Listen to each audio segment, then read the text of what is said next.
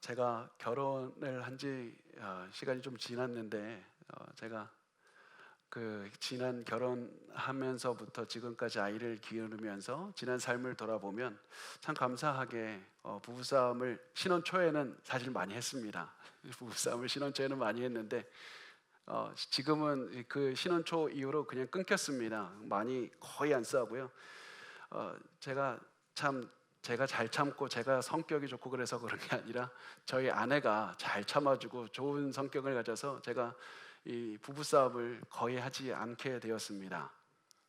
그게 당연하다고 여기지 마시고 제가 참는 겁니다. 이렇게 말을 하는 건데 아, 그런데 제가 사실 그래서 너무 감사하다. 하나님 참 이렇게 다투지 않게 해주셔서 감사하다고 말은 하지만 또 우리 성도들 중에 기도를 하다가 성도들을 위해 기도하다가 하나님 다툼이 있는 성도들이 있습니다.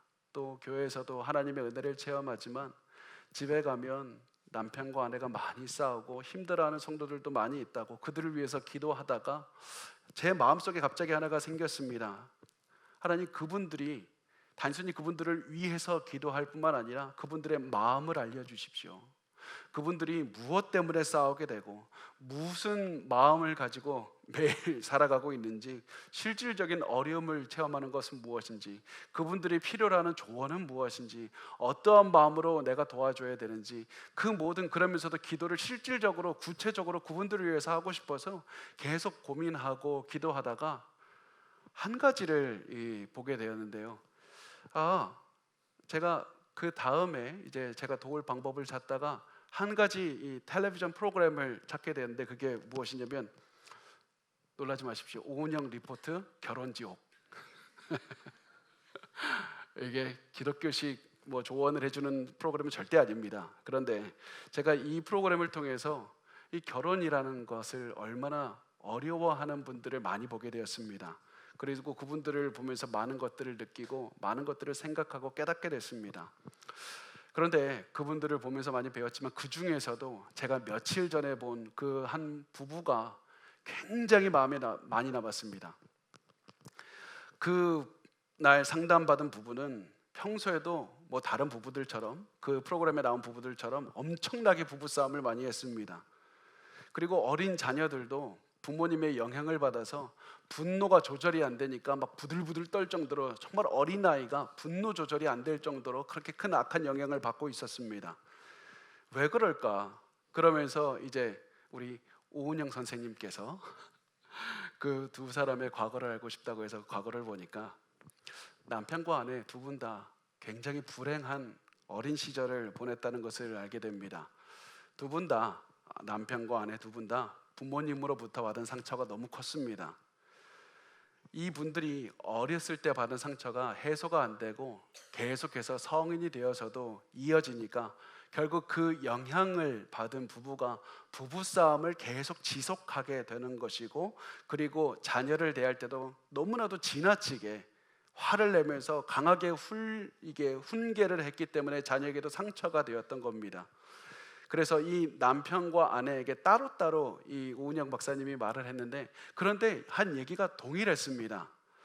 그리고 그 말을 듣고 제 마음에 잊혀지지가 않고 제 마음에 계속 남아 있었습니다. 그 오은영 박사님이 다른 말을 써서 설명을 했지만 결국 쓴 단어가 이겁니다. 배움이 없다. 배움이 없습니다. 죄송합니다. 제가 이 말 꼭 해야 되겠습니다. 배움이 없으세요. 이게 무슨 얘기냐면, 이 분의 말의 의미는 어렸을 때 부모에게 배운 적이 없다는 겁니다. 그러면서 여러 설명을 하셨는데 제가 이 두 분에게 한 말을 요약해서 설명하면 이렇습니다. 이 부부가 어렸을 때부터 부모에게 배운 게 없으니까 자기가 어려운 상황을 처했을 때 어떻게 할지를 모르고 부모처럼 행동한다는 겁니다.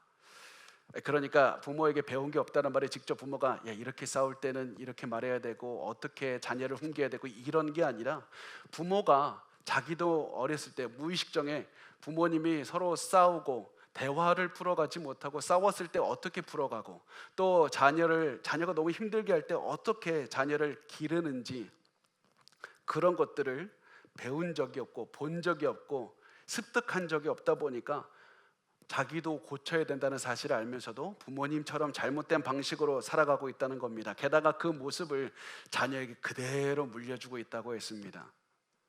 저는 이 말 듣고 머리를 망치로 콱 하고 맞은 것 같았습니다.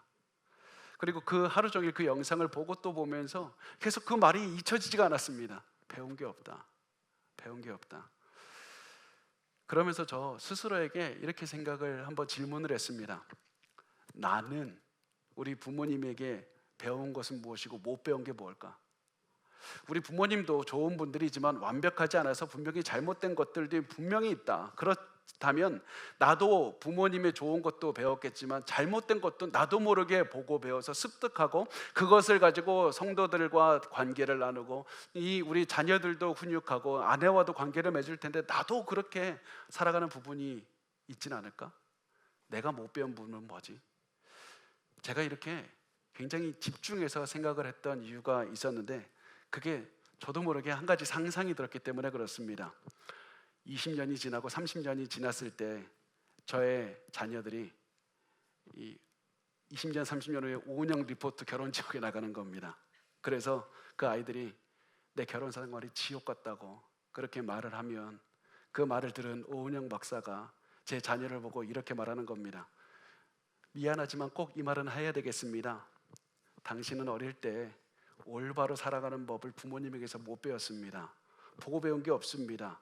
부모님으로부터 올바로 대화하는 법을 못 배웠고 싸웠을 때 그 다툼을 원만하게 해결하는 방법도 못 배웠고 자녀를 올바로 훈계하는 방법을 보고 배운 게 없기 때문에 지금 당신 지옥과 같은 인생을 살아가는 겁니다.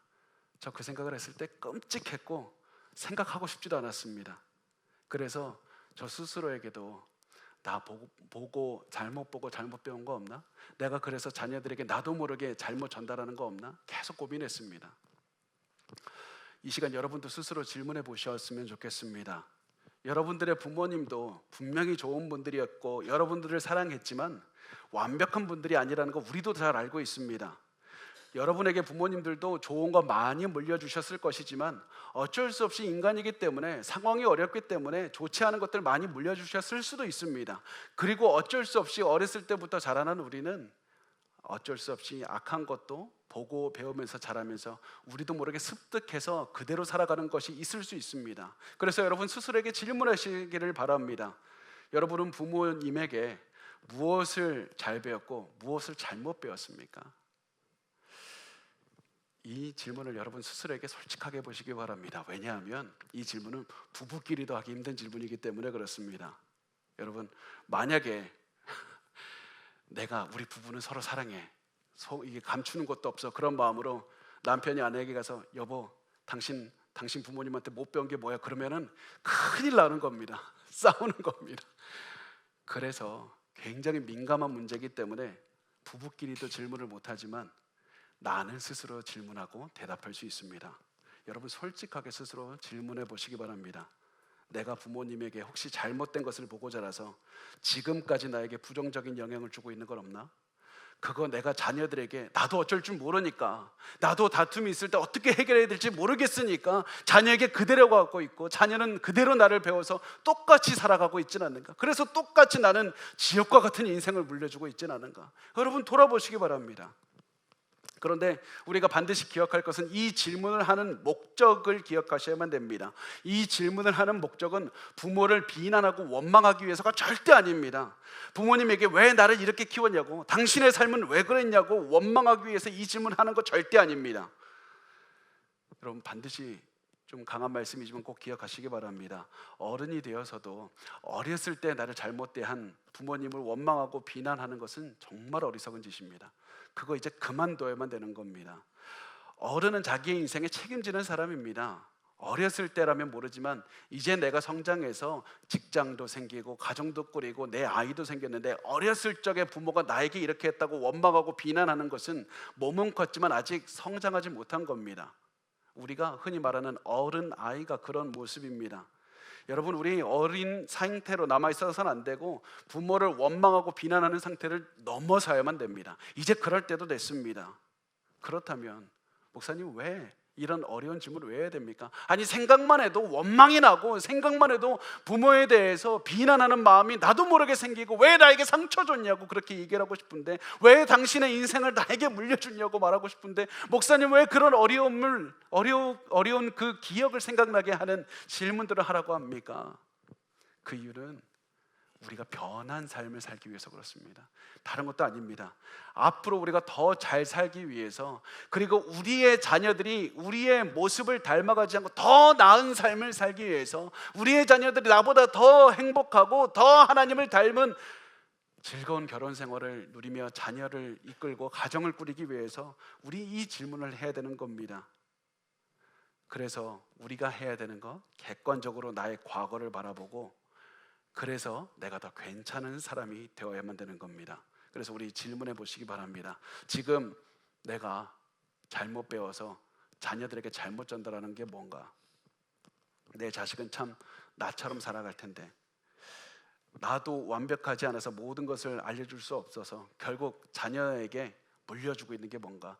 자녀는 자기도 모르게 나의 인생을 물려받고 있는데, 내가 물려줘서 나처럼 키우고 있는 그 모습, 좋은 모습 말고 잘못된 모습이 있는가?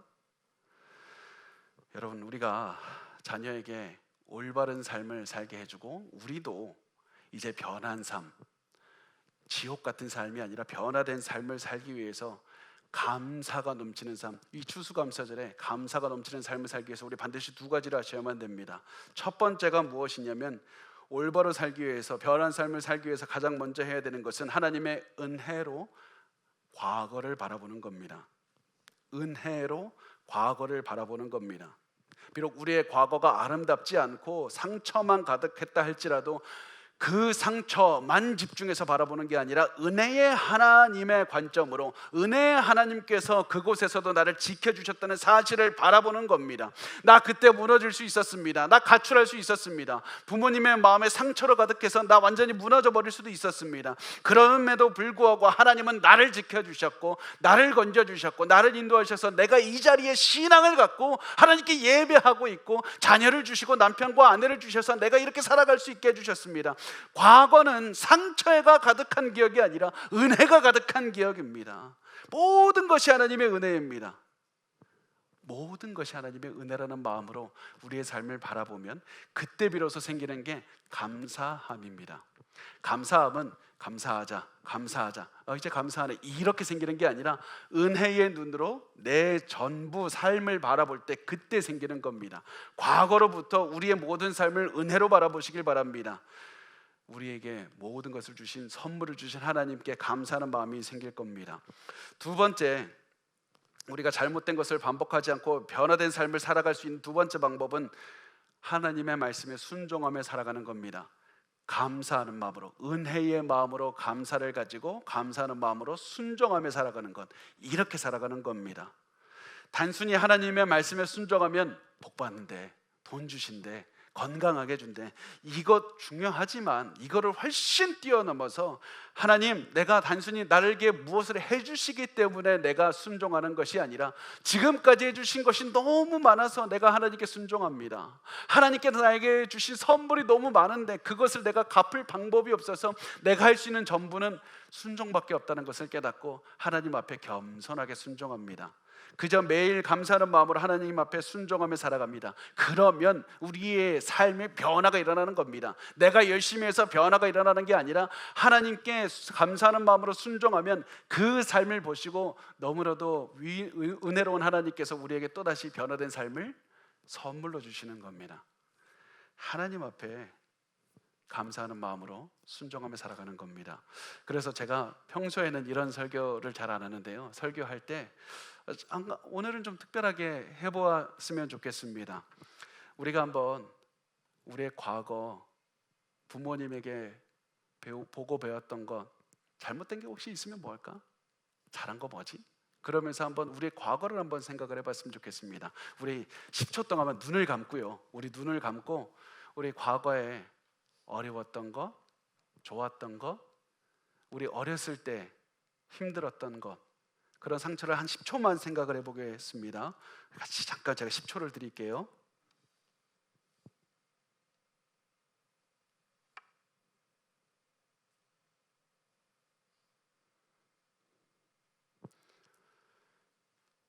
네, 이제 우리 눈을 감은 채로 우리 같이 찬양 한 곡만 불렀으면 좋겠습니다. 반주 없습니다. 제가 불러드릴 테니까 우리 같이 그 과거를 기억하면서 같이 한번 찬양했으면 좋겠습니다. 지금까지 지내온 것 주의 크신 은혜라. 우리 같이 찬양하겠습니다. 지금까지 지내온 것 주의 크신 은, 한이 없는 주의 사랑, 한이 없는 주의 사, 어찌 이루 말하랴, 어찌 이루 말, 자나깨나 주의 손이, 자나깨나 주 항상 살펴주시고 항상 살펴주시고 모든 일을 주 안에서, 모든 일을 주 안 형통하게 하시네, 형통하게 하시네. 예, 눈을 뜨셔도 좋습니다. 여러분, 그 마음으로 우리의 삶을 보는 겁니다. 지금까지 지내온 모든 것이 주님의 은혜입니다. 내 지금까지 살면서 고난도 많고 부모로부터 상처도 받고 어떤 분들은 너무 안타깝게 학대도 당했지만 다 주님의 은혜입니다. 다 주님의 은혜입니다. 하나님 나라 단 한 번도 버린 적 없습니다. 그 마음으로 사시면 우리의 삶에 감사가 넘치게 되고, 내가 하나님께 받은 은혜가 너무 많아서 내가 갚을 수가 없습니다. 내가 할 수 있는 건 나에게 주어진 이 삶에 충성을 다하면서 순종하는 것밖에 없습니다. 그러면서 살아가는 겁니다. 그러면 그때 하나님께서 변화된 인생을 살게 하십니다. 그거를 기억하시기 바랍니다. 그리고 이것이 오늘 본문 말씀을 통해서 모세가 이스라엘 백성들에게 하고 있던 말씀이었습니다. 오늘 우리가 나누는 신명기서 8장에 이 나누는 모세는 지금 설교를 하고 있는데, 이 말을 듣는 사람들은 광야 1세대가 아니라 2세대입니다. 다음 세대입니다. 이집트에서 노예 생활하다가 나온 사람들이 아니라 그 사람들은 광야에서 불순종해서 하나님께 이제 결국 광야에서 이 40년을 돌라고 하셔서 광야에서 모두 다 죽었고, 이제 약속의 땅 바로 앞에 서 있는 사람들은 다음 세대입니다. 새로운 세대입니다. 이 새로운 세대가 광야에서 끝나서 약속의 땅에 들어가기 바로 앞에 있는 겁니다. 그리고 이 약속의 땅에 조금 있으면 들어갈 이 사람들을 보고 모세는 걱정이 됐습니다. 왜냐하면 자기들, 이 모세도 함께 들어가지 못한다는 것도 그 이유였지만, 동일한 또 하나의 이유는 이들이 부모의 잘못을 반복할 것 같았기 때문에 그렇습니다. 그래서 모세는 부모 세대처럼 하나님 앞에 죄 짓는 과거를 절대 반복해서는 안 된다. 너희 그 잘못된 인생을 반복해서는 안 된다. 그렇다면 이제부터 이 새로운 세대가 부모 세대의 비참한 과거를 반복하지 않기 위해서 어떻게 해야 되는가? 모세가 그래서 이들에게 이 말을 시작을 합니다. 신명기 8장 1절에서 2절은 말씀합니다. 내가 오늘 명하는 모든 명령을 너희는 지켜 행하라. 그리하면 너희가 살고 번성하고 여호와께서 너희의 조상들에게 맹세하신 땅에 들어가서 그것을 차지하리라. 내 하나님 여호와께서 이 40년 동안에 내게 광야길을 걷게 하신 것을 기억하라. 이는 너를 낮추시며 너를 시험하사 내 마음이 어떠한지 그 명령을 지키는지 지키지 않는지 알려 하심이라. 아멘. 하나님께서 모세를 통해서 너희는 하나님의 명령을 따라야 된다 말씀을 하는데, 그런데 모세가 하는 말을 잘 보면 너희가 명령에 순종하면 복받고 순종하라면 처벌받는다, 이 얘기가 아닙니다. 명령에 순종하라 말한 다음에 명령에 순종하는 이유가 무엇이냐?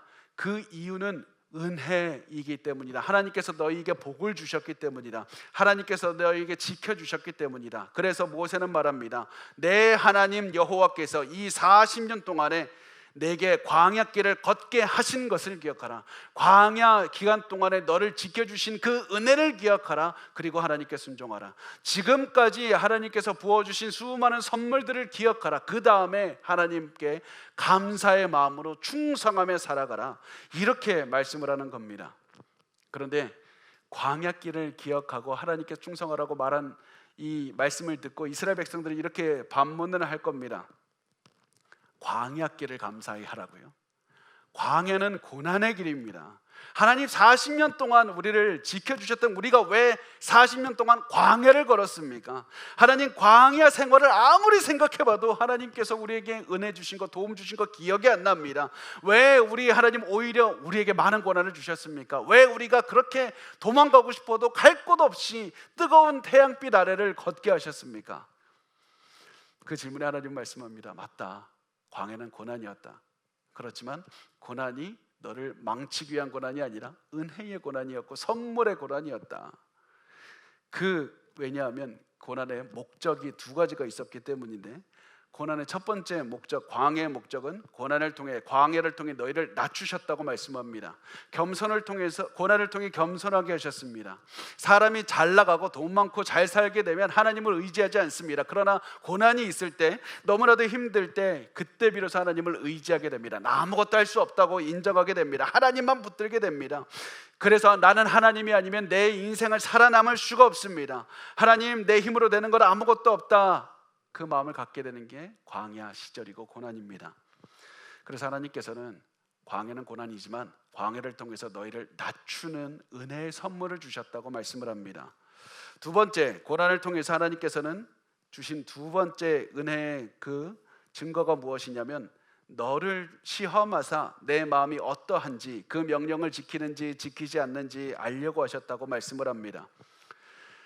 하나님께서 너를 시험해서 너의 마음이 어떤지 알려고 하셨다. 이 말씀을 보고 많은 사람들이 오해합니다. 하나님께서 사람 마음도 모르나 봐, 시험해 보셔야 되나 봐. 그게 아니라 하나님은 다 압니다.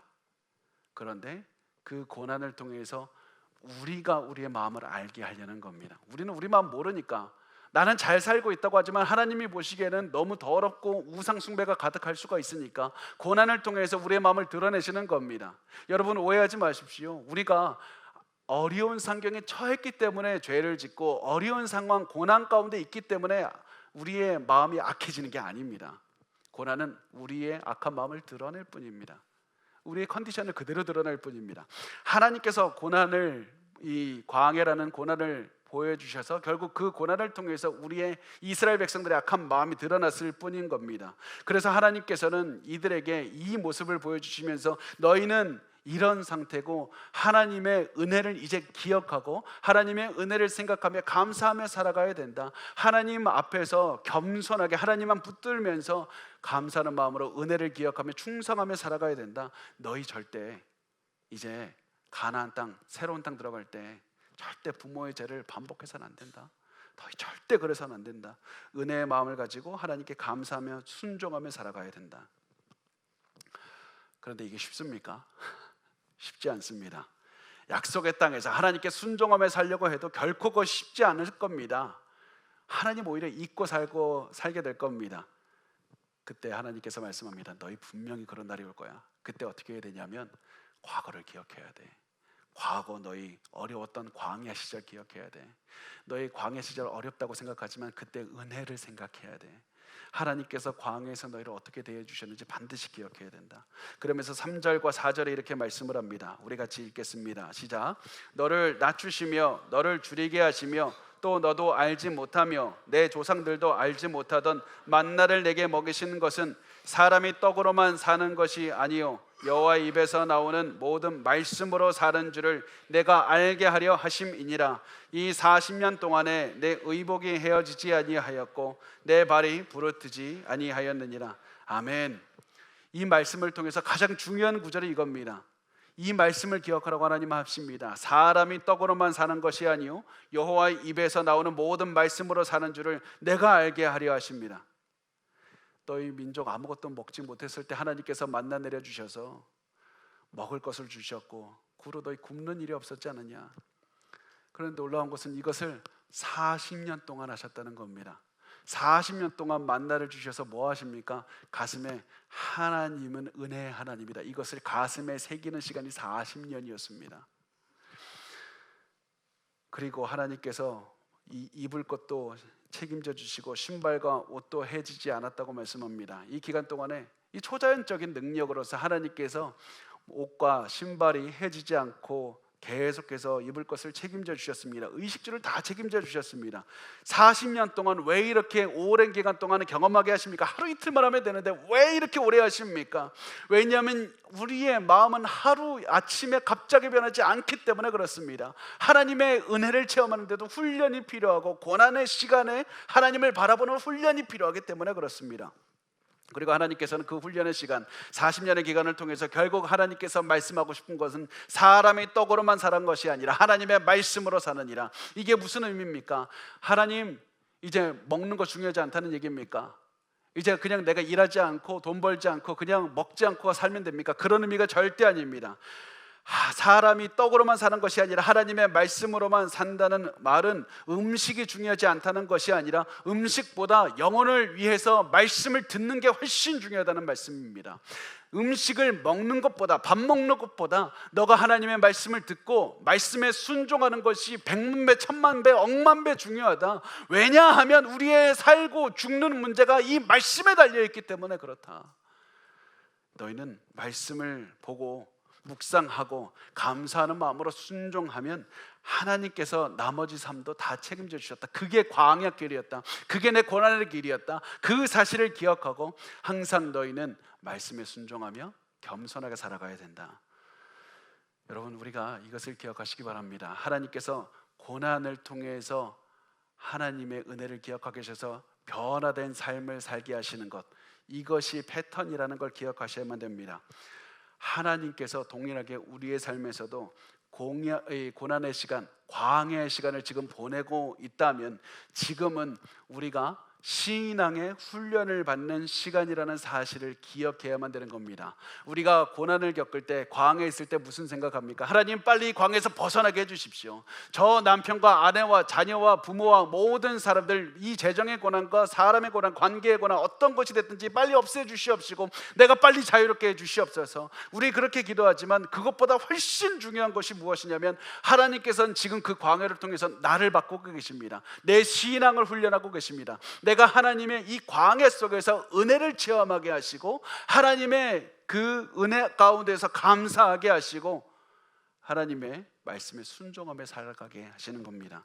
고난의 목적은 하나님을 의지하게 만드는 것, 신앙 훈련을 하는 겁니다. 그렇게 해서 하나님께서는 이제부터 다른 인생 살게 해주시는 겁니다. 변화된 인생, 우리 부모님들 세대보다 더 나은 인생, 그리고 그런 마음으로 우리 자녀들을 더 나은 인생으로 이끌 수 있는 사람들로 우리를 만들고 계신 겁니다. 고난을 기억하십시오. 여러분, 지금 우리가 반드시 하나님의 말씀을 의지하셔야만 됩니다. 반드시 기억하셔야만 됩니다. 고난은 도구입니다. 고난은 도구입니다. 고난은 내가 도망가야 될 어떤 무서운 괴물과 같은 존재가 아니라 고난은 도구일 뿐입니다. 하나님의 말씀에 의지해서 변화된 삶을 살게 하는 도구입니다. 그래서 우리가 과거에 있는 그 고난, 우리가 현재 있는 고난, 이것 때문에 힘들어하지 말고 어떤 고난이든지 우리 기억 속에 있는 고난을 볼 때 은혜를 기억하고 오늘 감사함으로 순종하며 사셔야만 됩니다.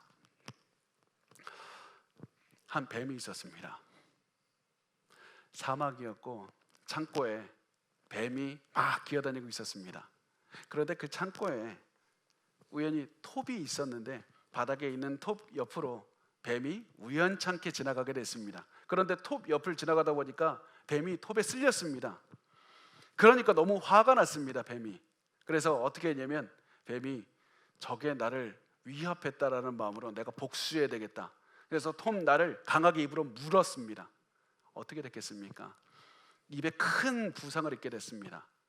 그러자 뱀이 어떻게 반응을 했냐면 적의 감히 나를 공격하다니 내가 복수해야 되겠다. 내가 보통 하는 방법으로 저것을 내가 감아서 질식시켜 죽여야 되겠다. 그런 마음으로 이제는 톱을 칭칭 감고 자신의 있는 힘을 다해서 조여오기 시작을 합니다. 그런데 뱀이 그 톱을 칭칭 감고 조이면 조일수록 더욱더 자신의 몸에 상처가 났고 결국에는 몸이 다 잘려져서 결국 뱀이 죽게 되었습니다. 뱀이 톱에 의해 받은 상처를 잊고 지나갔다면, 오히려 그냥 감사하다고 그러면서 그냥 지나갔다면 뱀은 건강하게 살 수 있었을 겁니다. 그런데 뱀이 그 상처에 반응해서 분노하고 복수하려고 했기 때문에 그 뱀은 죽을 수밖에 없었던 겁니다. 여러분, 우리 뱀처럼 살고 있지 않습니까?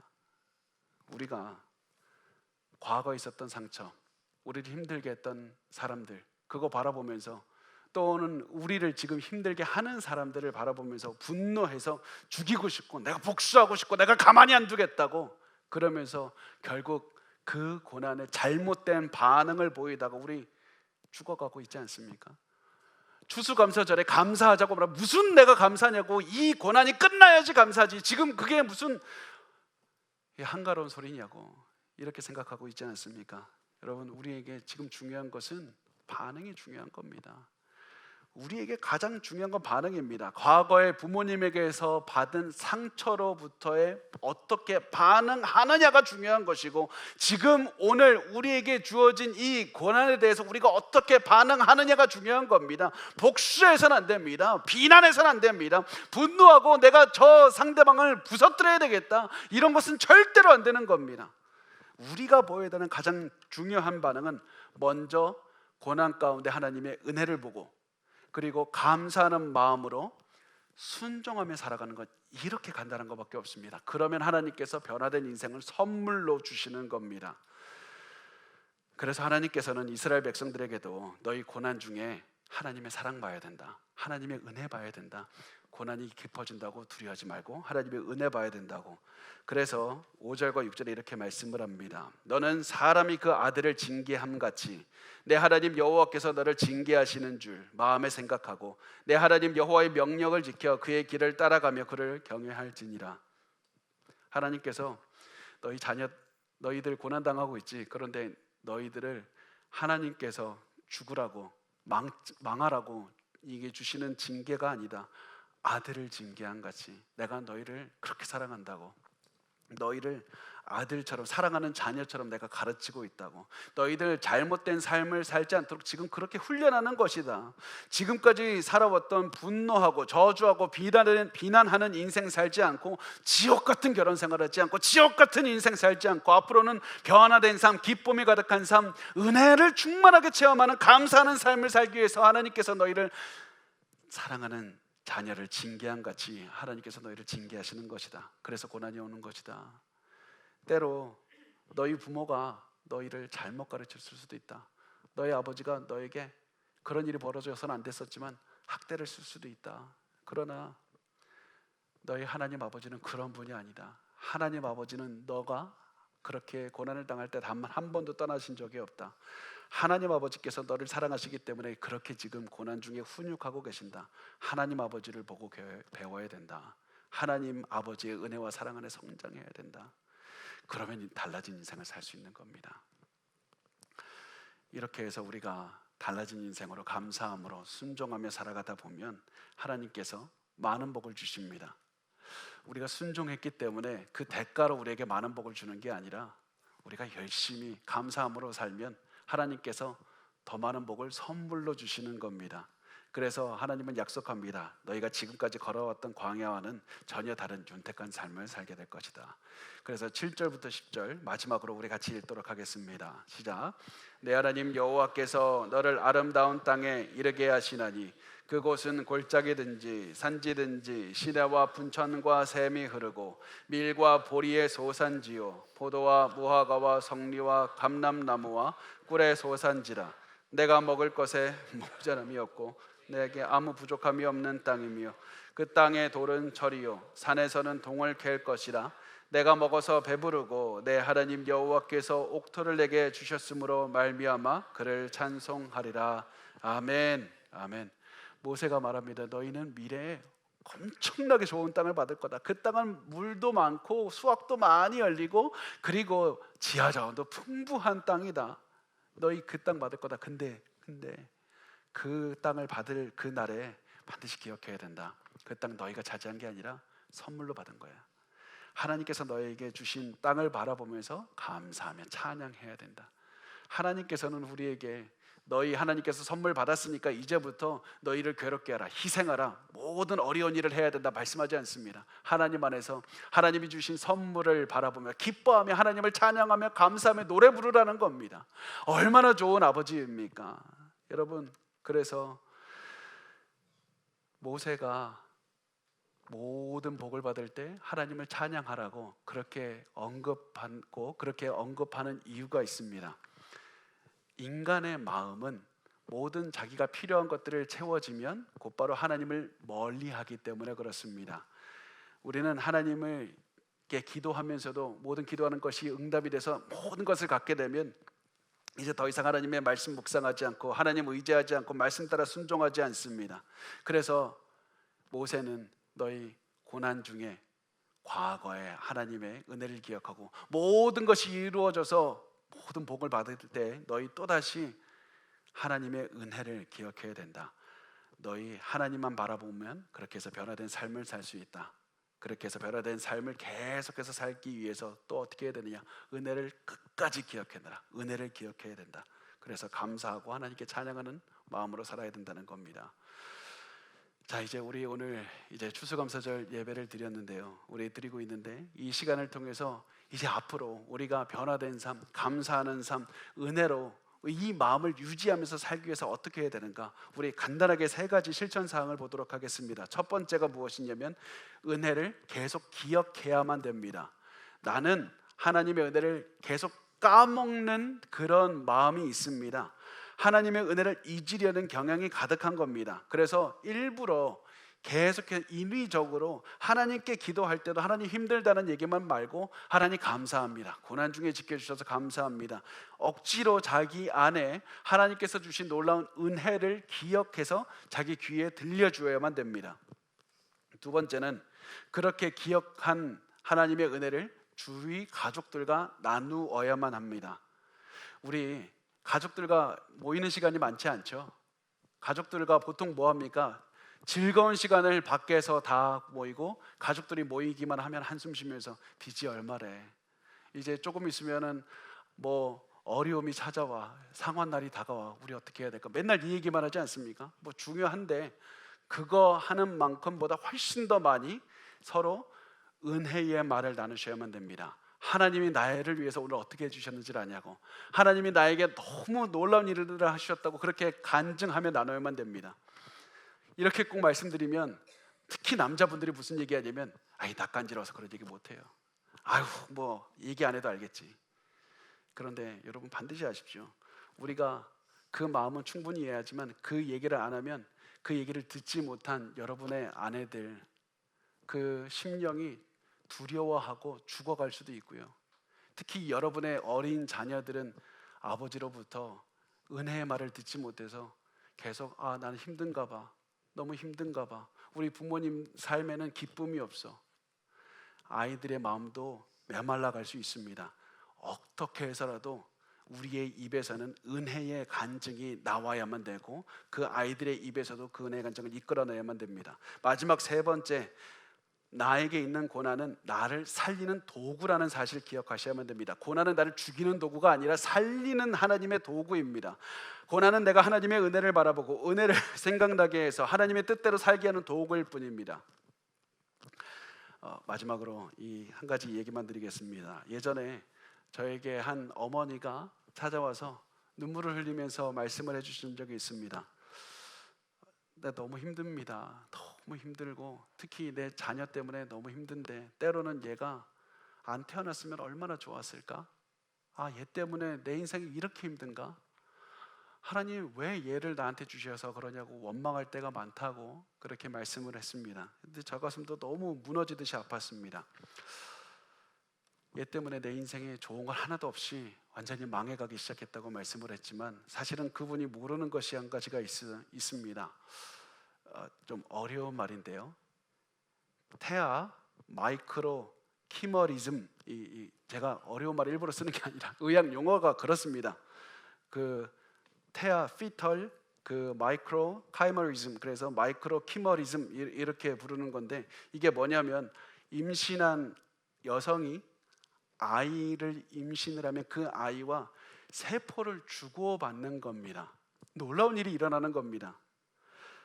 그래서 그 어머니가 아이를 출산을 하던, 너무 안타깝지만 유산을 하든지, 절대 그래서는 안 되지만 낙태를 하는 한이 있더라도 그 아이의 세포가 어머니의 몸속에 남아서 평생을 가져갑니다.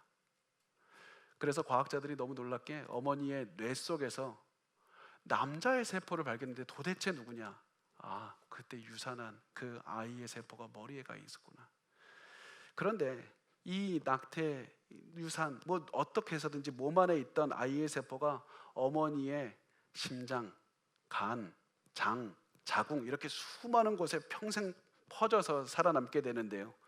그럼 이 남아있는 그 세포들은 무엇을 하는가? 지금도 연구가 활발하게 진행이 되고 있는데 그 중에서 알려진 것이 무엇이냐면 이 어머니가 아프게 되면 그 아이의 세포가 빨리 나가서 그 어머니 아픈 곳을 위해서 대신 싸워주는 겁니다. 아프지 않도록 지켜주는 겁니다. 이미 세상을 떠난 아이라고 할지라도 어머니의 몸 안에서 죽을 때까지 남아서 어머니를 위해서 평생 싸워내는 겁니다. 여러분의 자녀가 아무리 여러분을 힘들게 한다 할지라도 여러분의 자녀는 하나님께서 여러분에게 주신 축복이고 하나님을 기억하게 만드는 도구입니다. 여러분이 아무리 자녀를 고난이라고 생각해도 그 자녀가 여러분을 위해서 평생을 싸우면서 여러분의 곁을 지켜내게 하시는 하나님의 선물인 겁니다. 제가 이 말씀을 드리는 이유는 우리가 생각하는 고난이 다 이렇다는 겁니다. 하나님이 허락하신 모든 고난도 동일한 성격을 가지는 겁니다. 하나님께서는 여러분에게 그 고난을 통해 하나님의 은혜로 여러분의 마음속에 평생 남아있게 하셔서 평생 여러분이 고난과 싸워 이겨낼 수 있도록 해주시는 겁니다. 어떻게 이겨냅니까? 은혜를 기억하게 합니다. 감사하는 마음을 갖게 합니다. 사랑으로 하나님을 사랑하는 마음으로 순종하며 살게 합니다. 하나님께서는 고난을 통해서 여러분의 마음에 은혜, 사랑, 그 모든 감사를 여러분의 가슴에 심고 계시는 겁니다. 여러분 두려워하지 마십시오. 고난이 왔다고 불평하지 말고 불안해하지 말고 하나님의 은혜를 바라보시기 바랍니다. 하나님의 은혜를 생각하고 그 은혜로 감사하는 인생을 사시기 바랍니다. 우리가 하나님께 이런 인생을 살 때 하나님께서 우리에게 은혜가 넘치는 인생, 감사와 하나님의 말씀에 순종하고 결국에서는 찬양이 가득한 인생, 그 인생을 우리에게 선물로 주실 줄 믿습니다. 우리 그 나를 주실 하나님, 이미 주신 하나님께 감사하며 우리가 그 하나님의 은혜로 내 가슴을 채워달라고 그렇게 감사하며 감격하는 오늘 하루를 보내시길 바랍니다.